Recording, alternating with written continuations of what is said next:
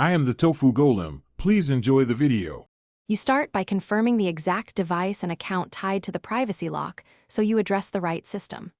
Once done, make sure the device has at least 20% battery and a stable Wi-Fi or mobile connection. This prevents interruptions during resets. Next, locate any linked recovery methods, recovery email, phone number, backup codes, or a device PIN, because you will need them to verify identity. This quick verification step reduces guesswork and speeds the unlock process. Now proceed to the built-in reset flow in Settings. Open Security or Privacy and select the Forgot Password option because official flows keep your data safe. When prompted, enter the recovery email, code sent to your phone, or any backup codes you saved. This proves ownership.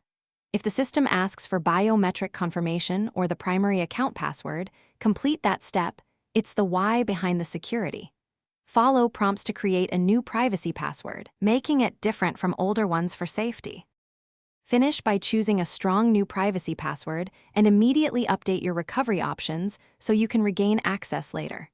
Once set, test unlock and sign into the linked account to sync changes. If the official reset fails, contact the device maker or platform support and use the account recovery form. They can verify ownership with documents or purchase info. As a last resort, a factory reset will remove the lock but erase data, so make sure you exhausted account recovery first. Thanks for watching. Consider subscribing if we helped you today.